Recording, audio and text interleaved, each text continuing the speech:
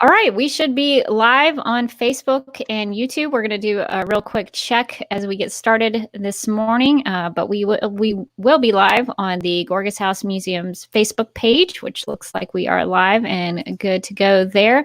We're also going to be live on the Mildred Westervelt Warner Transportation Museum's Facebook page, which looks like we are live and good to go there. It hasn't failed us yet, but I like to do a check. So now I'm going to go over and check YouTube to make sure everything is good and working there. And it looks like it is. So I guess we will go ahead and get started with today's live stream. Welcome to today's Museums from Your Home live stream presented by the University of Alabama Museums. My name is Rebecca Johnson, and I am the Communication Specialist for UA Museums. And joining me today are Katherine Edge, Director of the Mildred Westervelt Warner Transportation Museum, and Brandon Thompson, Director of the Gorgas House Museum. And I see we have a guest today. Katherine, would you like to introduce her? Yes, I'm super excited about this guest. Marie Hobson and I went to graduate school together, like Mary Compton, our guest last week. Marie is another friend and friend from graduate school and now colleague, and she is joining us all the way from London, England. So 6-hour time difference there for Marie. So we greatly appreciate you taking the time to meet with us this morning. But Marie is the Audience and Research Advocacy Manager at the Natural History Museum in London. Marie, did I get all of that right? Yes, you did. Yes, hence Brilliant. in my background. Yes.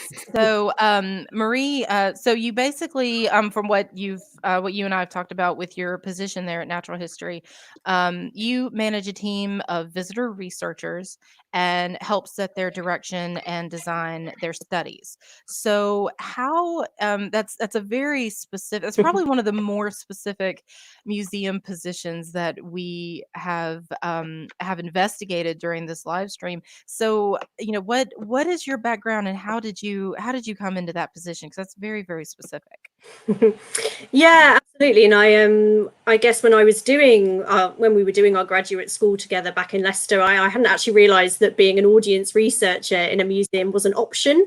It was only when I was applying for jobs after our museum studies MA degree had finished that I came across a visitor research position at the Science Museum in London.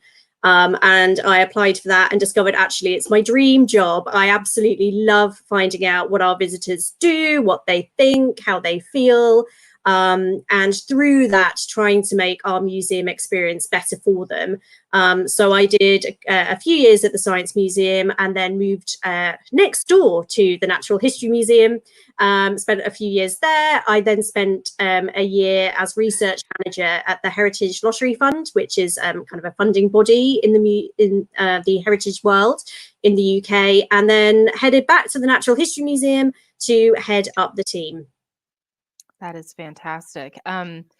So you found your interest actually when you entered the job market versus while you were a student, which I think some students feel like if they can't find their niche while they're in their studies, they then they kind of feel like they're floundering and they don't quite know what to do. But you're a prime example of how that's not a bad thing. You get the foundational you get the foundation of the education, and then by entering the job market you can then find what your true passion is professionally, and I think that's awesome.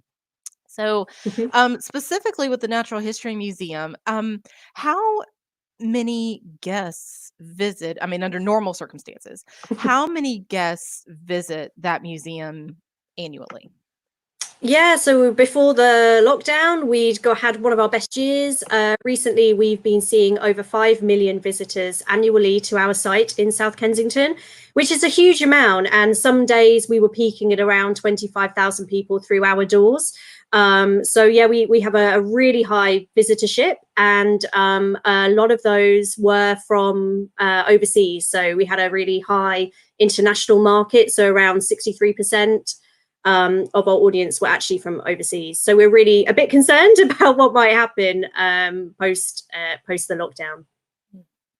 And with that many visitors, I can't even fathom that many visitors, but with that many, that's fantastic. But with that many visitors, and the fact that your team does visitor research, is your team involved with things like expedition planning, helping decide, are you involved with that in any way?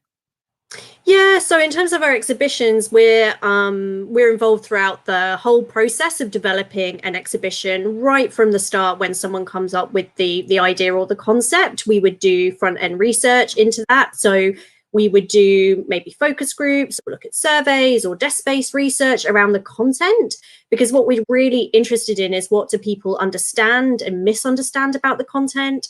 What are their attitudes, their thoughts, their feelings? Is it something they're interested in? Are they bored by it? Do they care at all? But we'd also look at the kind of interpretation techniques as well. So we could look back at our other temporary exhibitions and see what worked well in terms of interpretation techniques.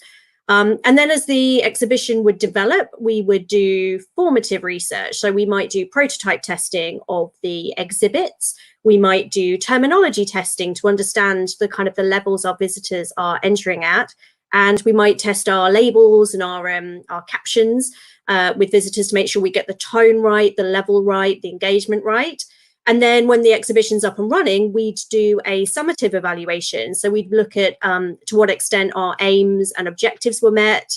We'd look at what our visitors were taking away from the experience. And we'd also try to think about what we've learned from that exhibition to inform future directions for the museum. So how long that's very involved. It makes sense with that many visitors and as large an institution as the Natural History Museum there in London it is. But in terms of a chronology of a time frame from start to finish, when an exhibition concept is presented, how long does it take your team to do all of the things? Like, how long does it take your team to gather the information that's part of the exhibition process? How long does that whole process take before the exhibition actually opens?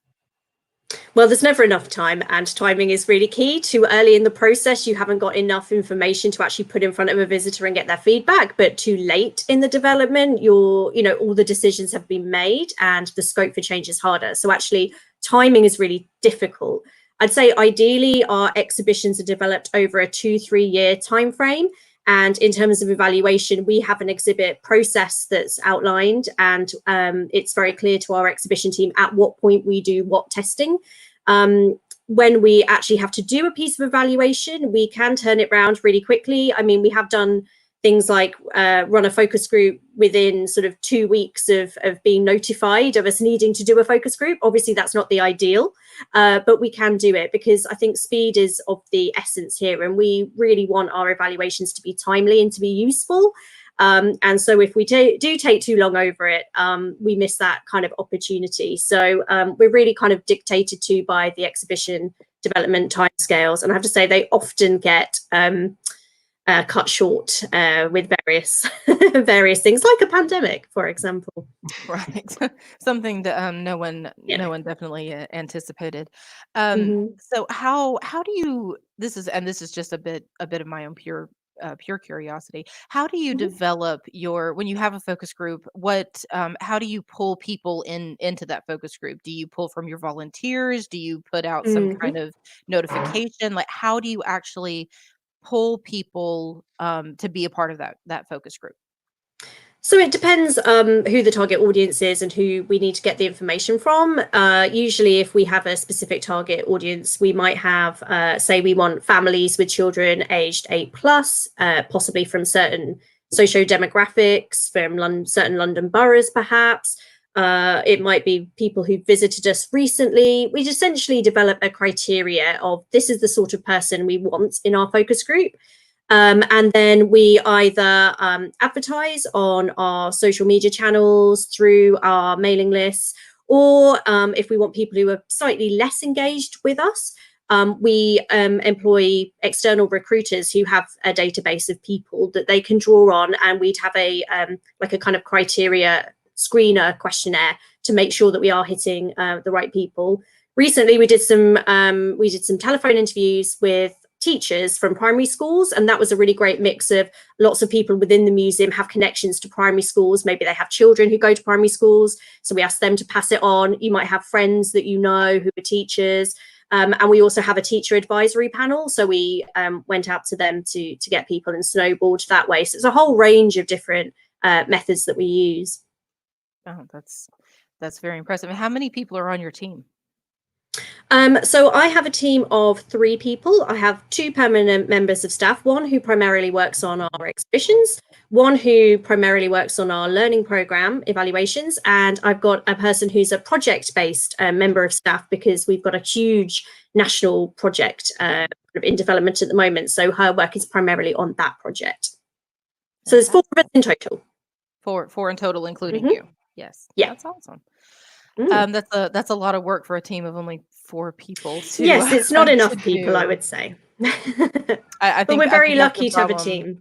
I think that's the problem we all face, is that you know, the amount of work that we're able to produce with the less than ideal number of people is I think quite astonishing in a number of institutions. So it's kind of nice to know, because we certainly face that at UA museums, and it's kind of nice to know that Natural History Museum in London faces the same challenges. So in some ways we're really not very different. So what are some of the topics that your team specifically has researched? So a really wide variety of topics. So it could be specific content areas, so meteorites, climate change, evolution. But as I said, also kind of different interpretation techniques we're interested in. So it could be art, it could be innovative technologies, exhibitions, events.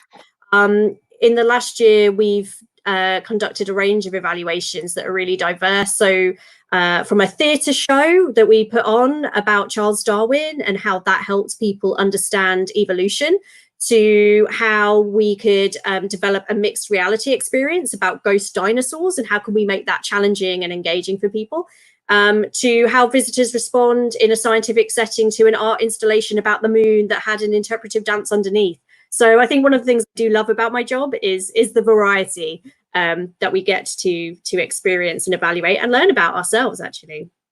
That's that actually all sounds fantastic.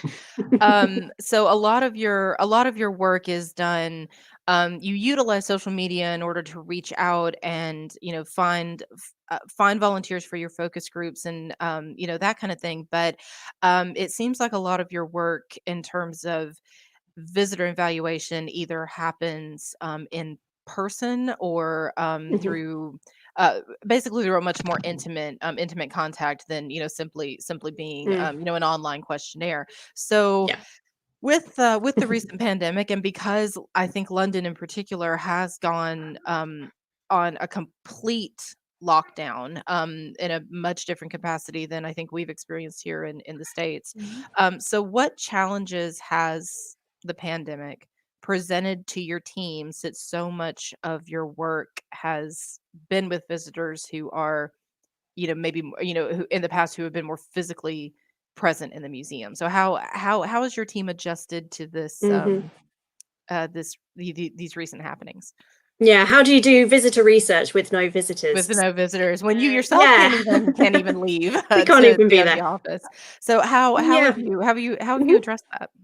So actually, the week the lockdown was announced, we had scheduled in 3 focus groups with primary school teachers.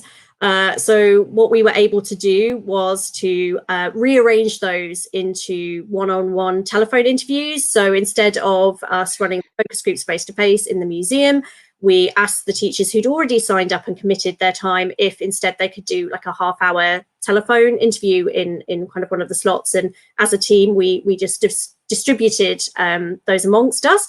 And I think that actually worked really well, because already the teachers were brought into the project and they had given up their time, or were going to give up their time. So it was quite easy to pivot that into a telephone interview.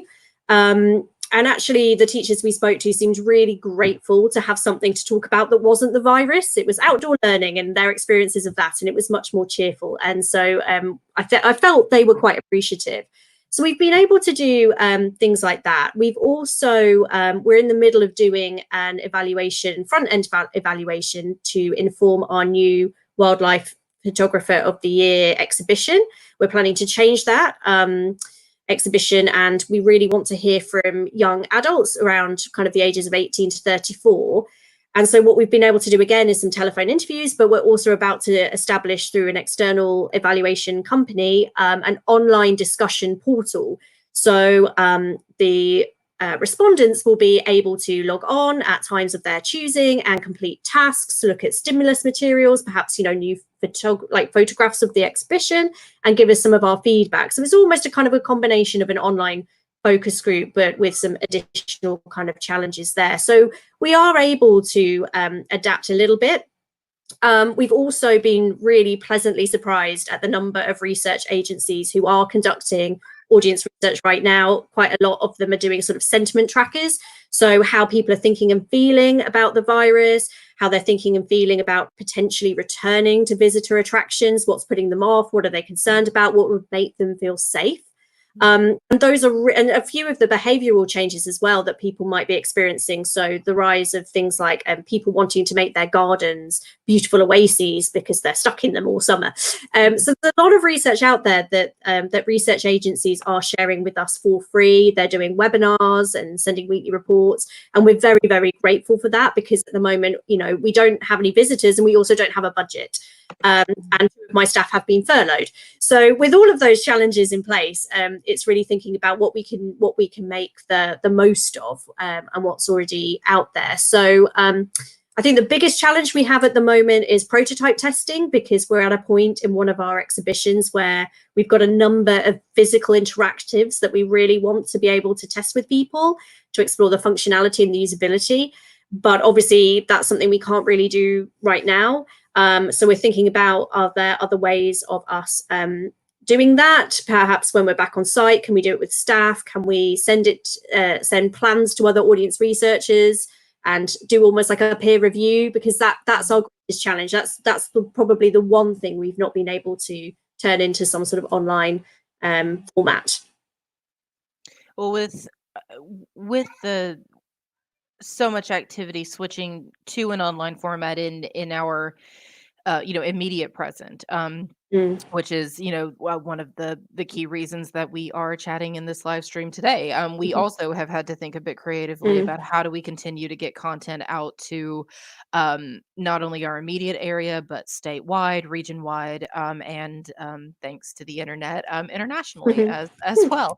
But with so much activity online, and because based on some of the conversations that we had with Mary last week with Gen Z, and they're so focused on online activity, do you feel as an audience researcher that future museum visitation might be negatively impacted because we've all been forced online? Like, do you think that's something that in the long run could negatively affect physical visitation when it's permitted again?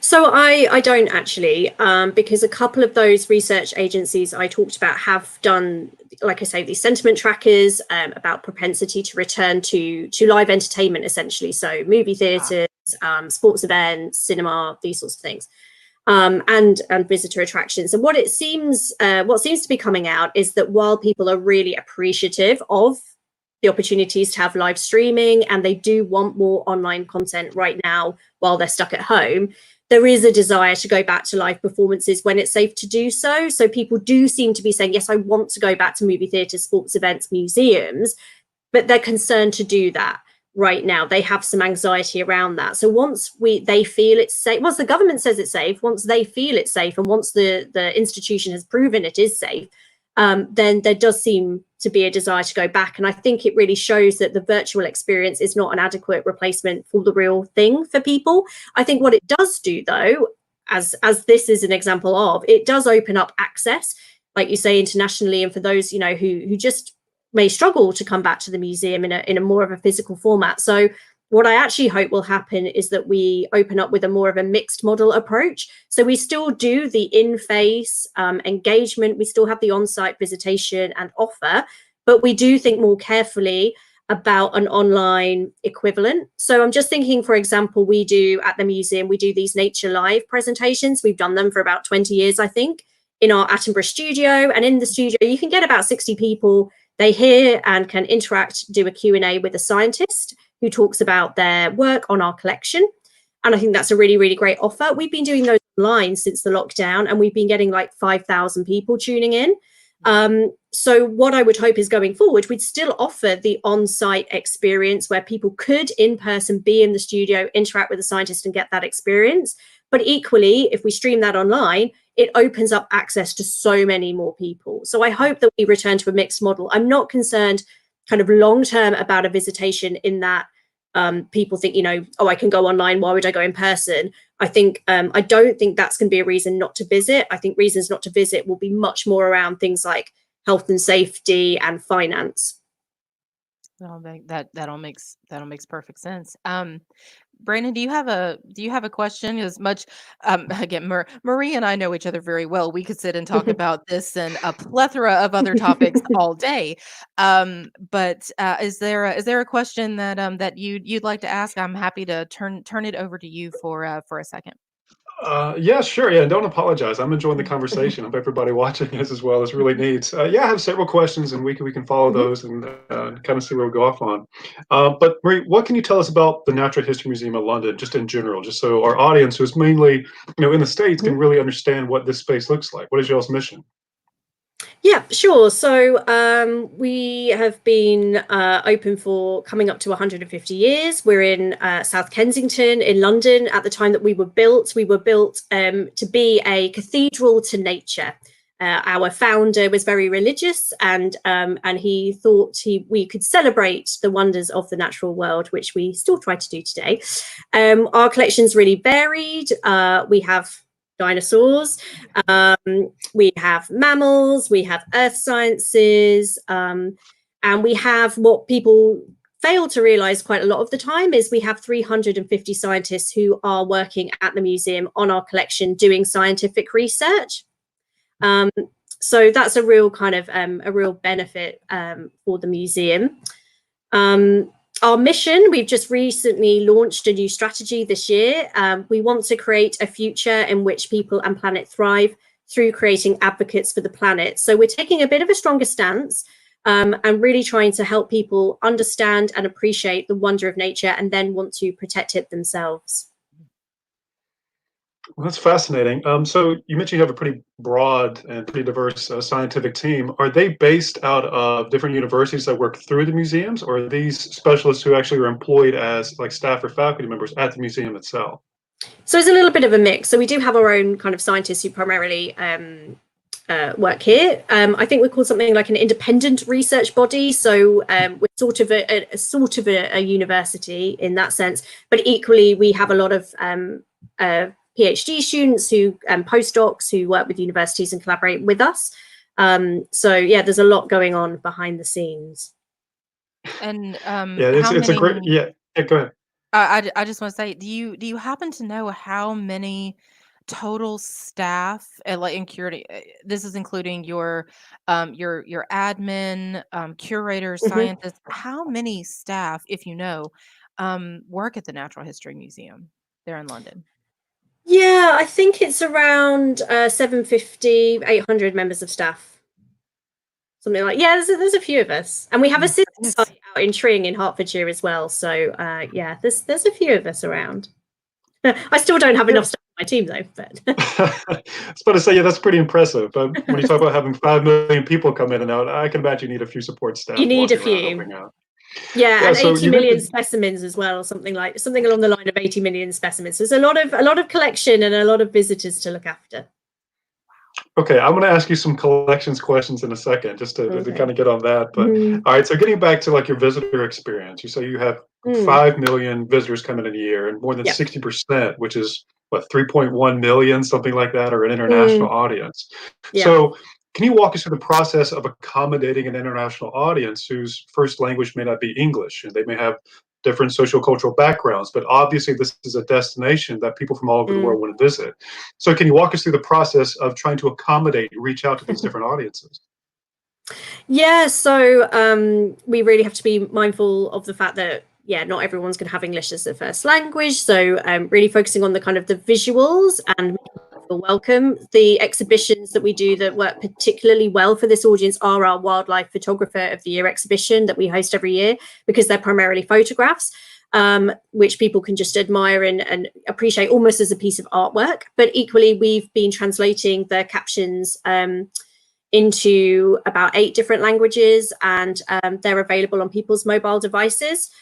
So we've done that, and we used to have a butterfly house outside, and again, that was really experiential for people, and that was really appreciated by our international visitors. I believe we have guidebooks in different languages, but we don't do a lot of on-site translation, purely because with 5 million visitors, that's a lot of different languages to do. So I think there's probably more we could do to help engage our international visitors, but at the moment, it's about making the use of the bring your own devices, and kind of where we have that kind of visual impact. Interesting. So you have a pretty diverse team, talking about scientists and staff and whatnot. And I think at this current moment, we've all kind of had to step out of our comfort zone, perhaps, and become social media, I don't know, connoisseurs or social media gurus and like content creators. But do y'all have a dedicated social media team, and what does that look like, and how do y'all interact and work with them now at this time, especially?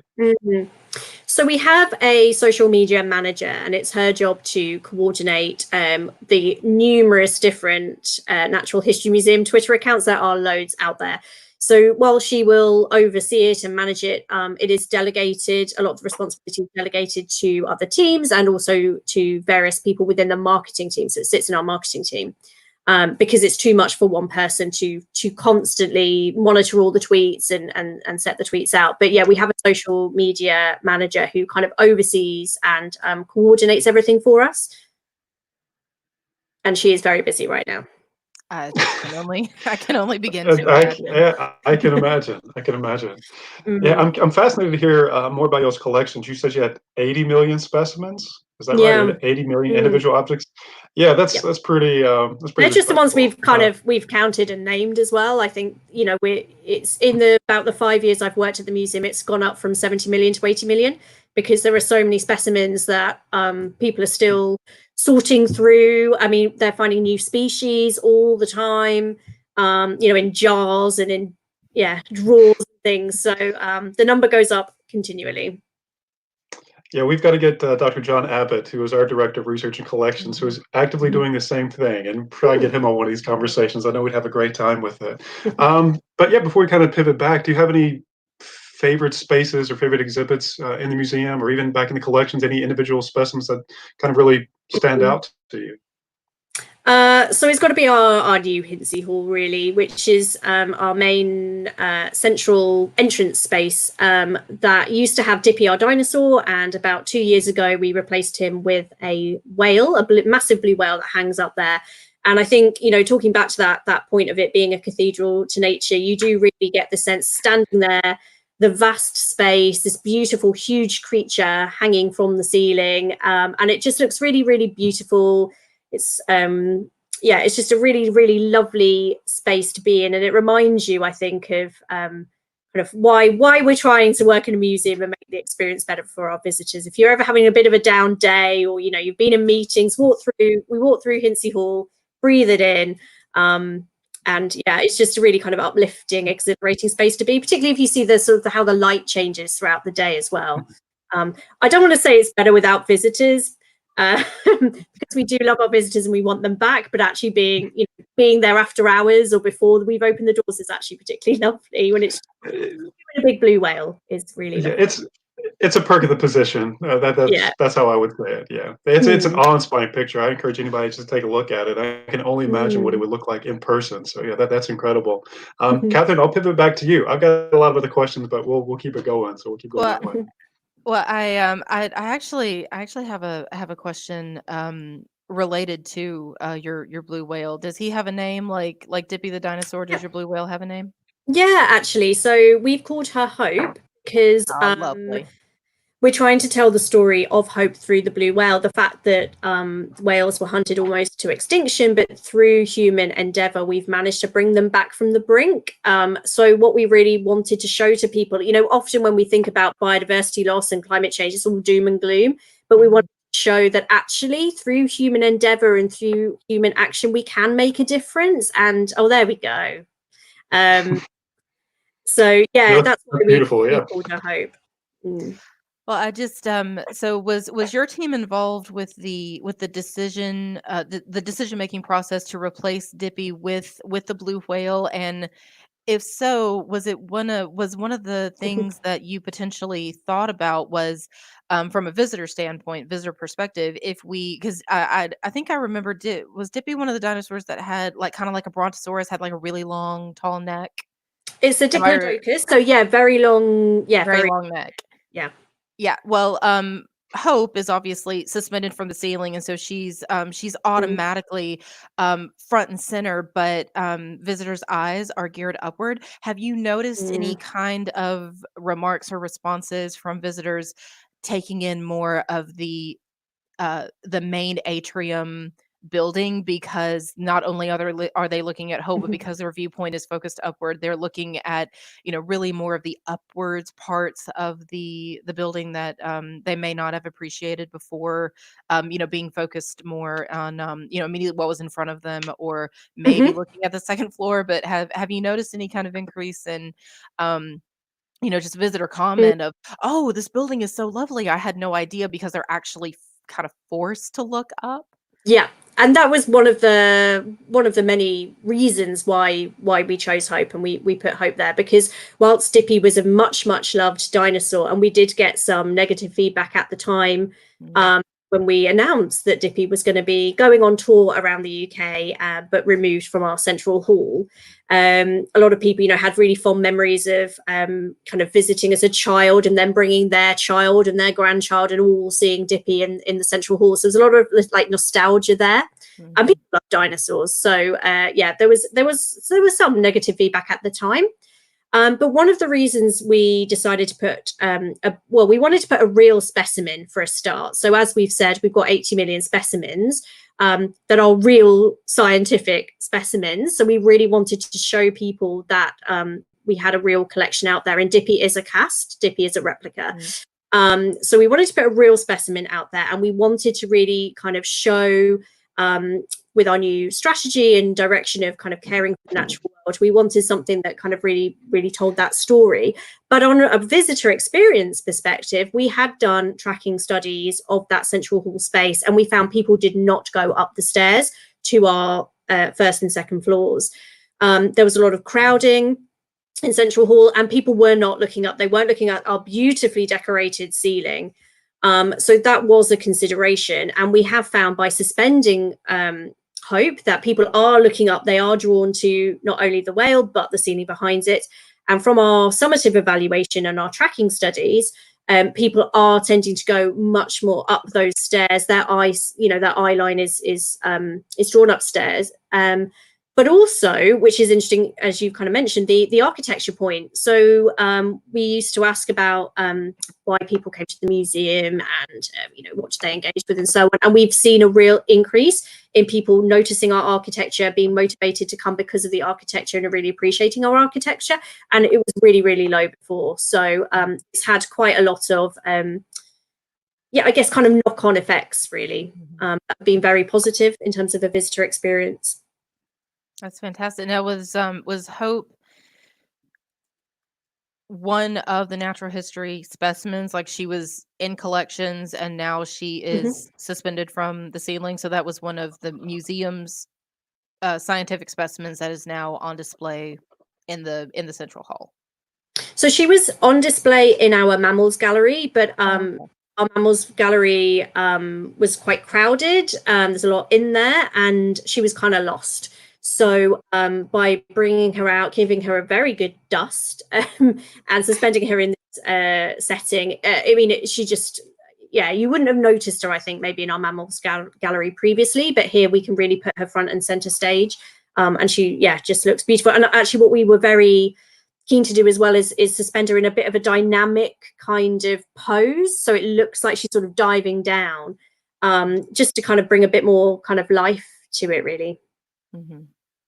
No, she's absolutely stunning. She is. And Mm, I find even as I'm looking at the picture that Rebecca's put up for us, I'm looking at her and I'm like, "Oh, she's stunning. It's a blue whale." But then I'm also like, mm, "Oh, look at the detail in the in the stonework behind her."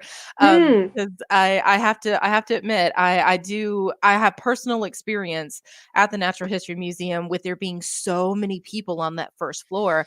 And mm, when I was able to kind of look around and take in the space when I was last there, we won't say how many years ago, when I saw that staircase, the first thing I thought was, "Can I go up there? I got to get away from some of these mm. people and just kind of get out of the Yeah. crowd." So I have to admit I am one of the atypical people Mm. that went, "Stairs, am I allowed to go up there?" And as soon as I found out it was okay and permissible, man, I was on the first floor, second floor, I was on that mezzanine, I was everywhere but the main floor because you're Mm. right, it was very, very densely packed.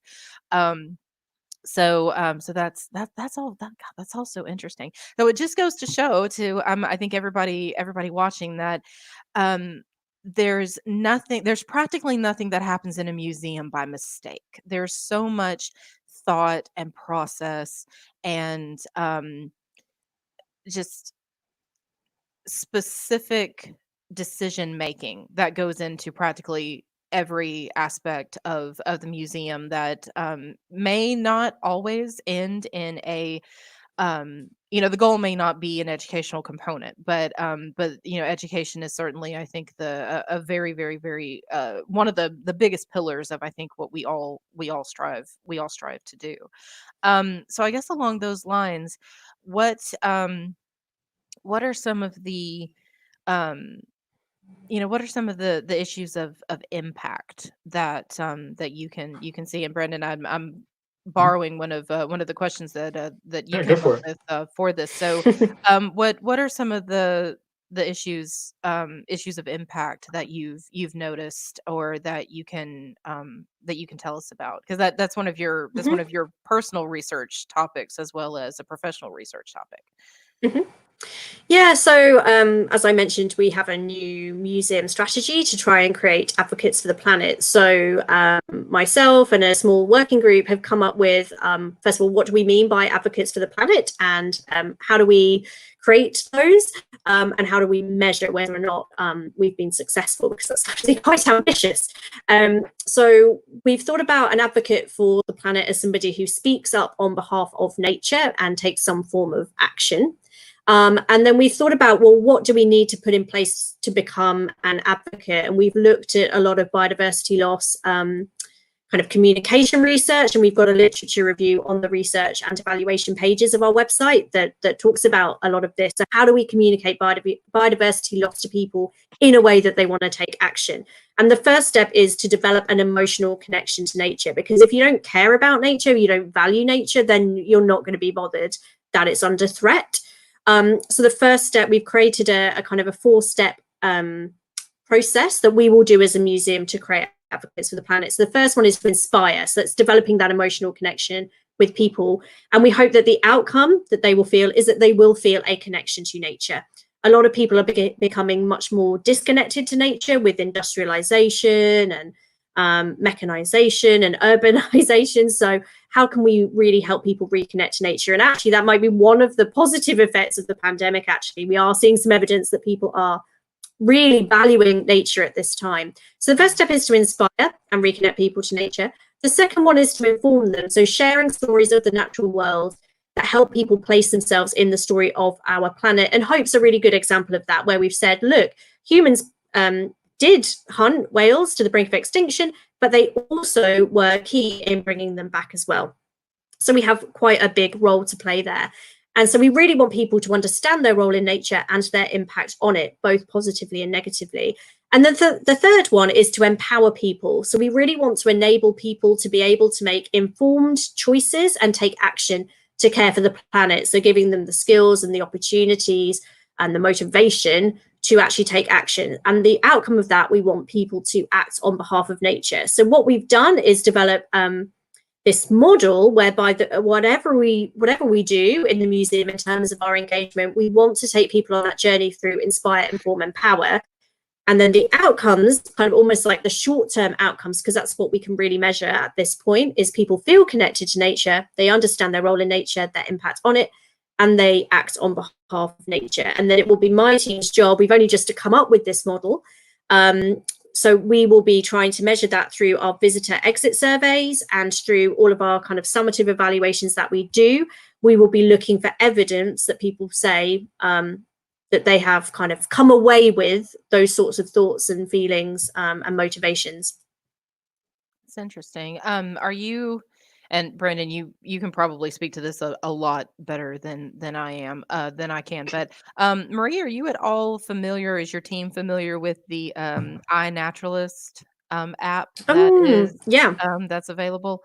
Because that may be another way for you and your team to track what people in the immediate London areas, the different boroughs, and the region of the country in general, what they're looking at. How is the information that you're presenting encouraging them to go out and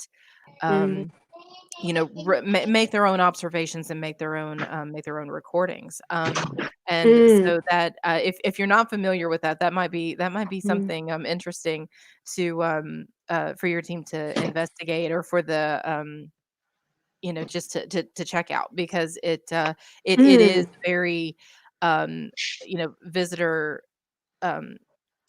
Brandon, what's the word for how iNaturalist works? It's it's kind citizen of a science. citizen science. Yeah, citizen science. It's citizen science. Yeah, you bet. Yeah, That's Dr. John Friel is the director of the Alabama Museum of Natural History, and he's a big advocate for this program. It's a simple app. You can download it on your phone. And I just brought it up on my own phone because I have a few hundred observations. And what's great about it is you can take a picture of something you may not know what it is, and I use it in the yard all the time. It'll tell me exactly what this genus and species is. You post it, and other experts in the field can actually take a look at it and identify it a little bit further. And it's used in research, tracking migration patterns and different things like that. And I just brought up London, and there's quite a few observations around London. So yeah, I would definitely advocate that to your audience members to come out and actually download that program. So yeah, we can talk about it a good bit. It's a fun program that I would recommend. But I think we've used it recently. There's a city nature challenge every April where compete to record. There we go. To record as much nature in their urban area. We used that recently. Trying to get people to do this in their back garden. And next week it's a half-term holiday for schools in the UK next week, and we're hoping to do a back garden bio blitz. Nice. So that'll be really nice. Yes, we I think our city nature challenge that was with it was between Birmingham and Birmingham, and it was an immediate comparison between the two, because Birmingham, Alabama, is named after Birmingham from an industrial standpoint, and so we and Birmingham is only about 45 minutes to an hour, away from, where we are in Tuscaloosa. So we actually had a very immediate connection with the UK through that, through all of that. So that is, I love the project that your team is developing on, for your emphasis on climate, and everything that you're searching to do. I think that's absolutely fantastic, and it's something that I can imagine wouldn't have a definite endpoint, would just continue to grow and develop, and change however and whenever the the situation calls. Did I see on y'all's website or somewhere recently that you were doing something Fantastic Beast related? Did I see that? Yeah, actually, it was meant to open this week. So yes, on a temporary exhibition in collaboration with Warner Brothers, and and J.K. Rowling's kind of management company, and it was meant to open this week. Fantastic Beasts, and it was going to be a really, and it will still open. It is a bit of a date TBC. But it's the wonder of nature, and what we've really done is it's great. It's a combination of the fantastic beasts that were in the films and the book, but also the fantastic beasts that are actually in existence in nature. So some of the specimens we talk about, you know, maybe they inspired the fantastic beasts, maybe they shared sort of similar characteristics. We look at kind of the history of fantastic beasts in kind of myths and folklore. So really think about the inspiration about it, and then just talking about, you know, how fantastic some of our creatures are just, you know, in the natural world as is, and really trying to lead with a bit of a kind of a conservation message. So yeah, we're still developing that. They're the prototype exhibits that we're struggling to test at the moment. Because we have no visitors, but yes, it will open. It's just a question of when, really. Well, how long was this scheduled to be available for you know, to view? Like, what was its run time? Like 3 months, 6 months? I think it was gonna be about 6 months. I think 6 months to a year. We're sort of looking at, yeah. Do you think that'll be do you think that'll be expanded at all with everything going on in order to provide more opportunity for visitors to see it when it's safe to do so? Yeah, I would imagine so. I would hope that it'll be open for a longer run, maybe up to a year, maybe a bit more, because, you know, particularly if we have to open with social distancing in place, then obviously we're going to have to really restrict numbers, and people had pre-booked. So, you know, a lot of interest. It's probably going to be one of our most popular exhibitions. So we want to, you know, and a lot of hard work has gone into it. So yeah, I think we'll postpone it and then probably extend the run. I hope so. It's difficult for the future, though, isn't it? So yes. So was this something that was developed at Natural History, or is this something that y'all have on loan that was developed at through another institution? No. We developed this. Yeah, it's our interpretation team, you know, in collaboration with Warner Brothers, of course. But yeah, it was something that the Natural History Museum in London, yeah, came up with, and it's due to tour as well. Again, I don't know quite how that's going to go with everything, but it was to go on a kind of a worldwide tour. Yeah, so fingers crossed that will still take place. I think that's brilliant. I love the combination of a, you know, very recognizable, very recent pop culture, almost kind of connection, and making that connection to um, your mission and your collection and everything that the Natural History Museum offers. Getting the juxtaposition of both of those together is brilliant. Whoever came up with this, or the team that came up with this, I mean, I raise my glass. This is amazing, and I am so glad that you had your Wheaties that morning, because this is it's absolutely fantastic. And kudos, and really, I'm so excited about it, and I don't know if I'm going to be able to see it, but I'm jealous of everybody that would have the opportunity to see it, because it just looks so amazing. Brandon, do you have a question or anything you want to ask? Yeah, sure. So many of the people that Catherine and I work with are students, because we're at an academic setting, we're at the university. So we work with a lot of students, and the university has a program, a museum study certificate program, really helping students who are interested in pursuing a career in museums or related field. And along those lines, I'd like to ask you about your education directory or trajectory and experiences studying in England, because we want to tell our students that there are many different paths to finding your way into working to a museum. So could you tell us a bit more about your experiences and your trajectory? Yeah, so I mean, I think I was one of the very few lucky people who knew they wanted to work in a museum from a very young age. I was always interested in archaeology and museums all through my childhood, and so I did an archaeology degree first off. And through that, I decided or discovered really that I was much more interested in the museum education side of things. I had done some volunteering while I was at school, actually in museums and Museum of London's Conservation Department, for example. So I'd got a bit of experience, I'd gone on digs. And through that volunteer experience, my academic studies and field work associated with the degree, decided that museum studies was for me. At that point, you really needed a museum studies master's to go into the profession. So I studied the museum studies master's at the University of Leicester. And then that's when I got into seen by the mug. And that's when, you know, got into the job with the Science Museum and so on. I think one of the challenges really with our sector is that obviously having to do a master's is such a barrier to people, particularly of diverse backgrounds. The fact that I was very lucky that I was able to do volunteer work in my holidays and through my studies, that's obviously not available to everybody. It's a lot of time commitment. You almost need to learn. It seems like you have to learn to do the job before you get the job. So I think we really do need to look at actually entry pathways into the museum profession. You know, whilst I really loved everything that I did, I appreciate that I was in a fortunate position to be able to take that path. And I don't know, I worry about, you know, our ability to diversify the sector if that is the kind of the main route into the profession. Yeah, your trajectory sounds pretty similar to both Katherine's and myself. With undergraduate degrees in anthropology and focuses on archaeology and doing that for a while, then kind of finding your way and moving directly into a museum field.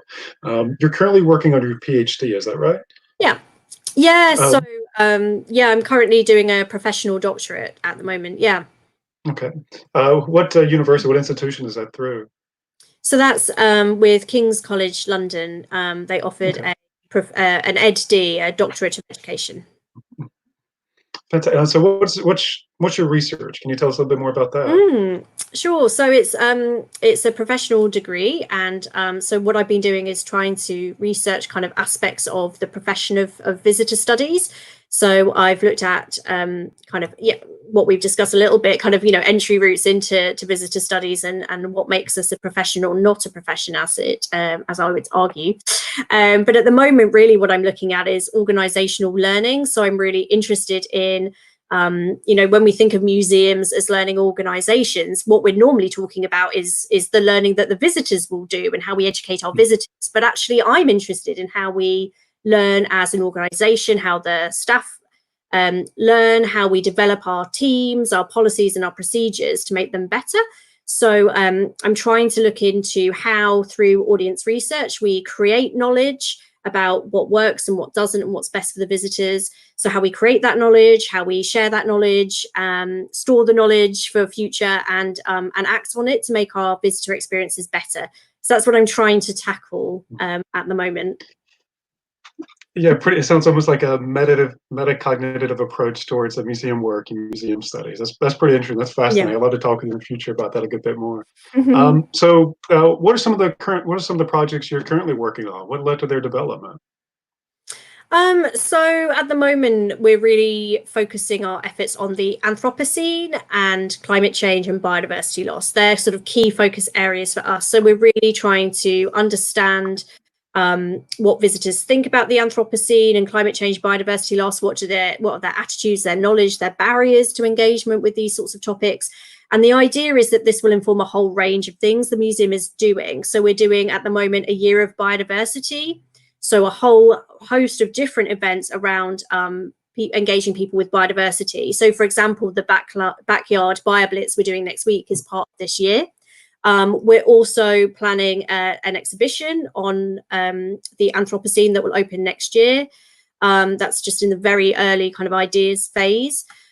That's also an example of the exhibition time period not being the ideal 2.5 years and our evaluation being contracted, but there we go. It's an important topic, so we plow on. So it's going to have a wide range of applications that this research will have a wide range of applications. We've also got, as I talked about, this national project. So it's called the Urban Nature Project. So we're redeveloping the grounds of the museum to make them much more of an engaging visitor experience, talk about kind of the development of our planet over deep time and the future of it. We've got a wildlife garden that we want to increase engagement with. And again, using the audience engagement model, where we are going to really hope we've got real nature out there, not just the dead nature we've got indoors. So we'll have real nature in our wildlife garden that visitors can engage with and hopefully be inspired to take action. So that's a really huge project that we're working on at the moment. Nice. So this will pretty much be my last question. I asked the same question last week when we were talking to Mary. So what was your experiences studying in Leicester? I know it has a C in it, and I say it wrong every time. But what were your experiences studying in Leicester with Katherine? Because I want to give everybody an idea of what that might have actually been like. Yeah. Very enjoyable. Yes, fun, lots of laughs. We bonded over our love of royalty. So we both did our placements with the Royal Collection. So we enjoyed that. We discussed a lot around history. So yeah, we had a lot in common, a lot to talk about. And I think we mentioned it just at the start of this before we went live, how Katherine and I took a reunion trip to Leicester. We met some of our people we'd studied with, went to our old haunts, one particular bar with a great Toblerone martini, and then we had a curry. So Leicester is really known for its curries. We did a wonderful curry. And just as we were finishing that off, I checked the train times, which admittedly I should have done earlier, and discovered we'd missed the last train back to London. So I then had to phone a number of hotels and B&Bs, eventually found a really peculiar one out in the middle of nowhere. And so, yes, we had a very eventful trip back to Leicester. So my memories of Leicester are sort of tainted a little bit, I guess, by that quite sort of scary / stressful / hilarious experience recently. Sounds like a memorable time regardless. Yeah. It was. When Marie and I were part of the program, when the year that we were involved, they increased their student capacity from 60 students over the year to 90. And so the program had 30 extra students that they had never had before, a new capacity. And so we were really kind of the guinea pig for the program that year because of the increased number of students. But I mean, honestly, if they hadn't told us, I wouldn't have even known, because it was handled so brilliantly. But we did have a project that took the entire month of March, and Marie and I were fortunate enough to be in the same group. And this we were a group of 7 or 8 of us, and we had to, from the ground up, develop an entire museum program. And the final, when we presented individually. So we all had to know every single aspect of the project. We all had to know financials, even though if we hadn't worked specifically on financials, we had to know that. And the final presentation, we presented to a professor who was acting as a member of the local city council. And then we were presenting to one of the graduate assistants who was acting as the New Walk Museum rep, of whom we were pitching this idea, and not only trying to convince the museum to take it on as a program, but convincing the city council that they needed to fund it. But we had to do it all individually. So you had to know everybody in the group had to know every single aspect of the group. So we pretty much, the 7 or 8 of us, more or less lived together the month of March as we worked on that project, because we only had those 4 weeks to do it. And so yes, I think I think our relationship really solidified during that 4 weeks. And then, and because we were in such close contact, it became very evident very quickly that it was like, oh, we have a lot in common. And we've continued to be friends ever since. So but it was absolutely a fantastic year. And then, like Marie said, we did get stuck in Leicester the last time I was over there, but obviously we made it back. We survived. It's totally fine. It's fine. Well, that sounds like a lot of fun. I definitely, now after this discussion, I definitely want to go back to London when it's okay to travel again and visit the Natural History Museum there, and maybe have an adventure or two like you all did. So that is very, very exciting. Well, I think we're going to wrap it up here. Marie, thank you so much for joining us today and sharing your experience and what you've been working on and the cool things that y'all are doing there in London. So thank you for having us. Is there anything that you want to leave people with, anything that you want to let them know about in terms of websites or any projects that you want them to keep an eye on? I think, no, just want to say thank you so much for having me. Do come back to the Natural History Museum when we can reopen, but if not, look at our online program. We've got virtual tours and talks and lots of things that you can engage with. Well, that's awesome. We'll definitely have to keep an eye out for what you're doing. I guess we're going to wrap it up here, but I just want to remind people, if you want to know more about what we're doing here with these live streams and any of our video content, you can go to museums.ua.edu/museums from your home. You can find all of the links to where you can watch certain things, or any of the archived live streams that we've done from the past. You can go find them there. You can also subscribe to our YouTube channel at youtube.com/UA Museums, and you'll never miss any of the live streams or the video content if you subscribe there, because it will notify you when we have new content. If you do want to support UA Museums, you can do that by going to give.ua.edu/museums. That's a really easy and quick way to do that if you are interested in helping out. All right. Well, I just want to thank everybody who was watching, and anybody who will watch later, for visiting UA Museums from your home. All right. Well, I hope everybody has a great Tuesday. Thanks, guys. Appreciate it. Thank you.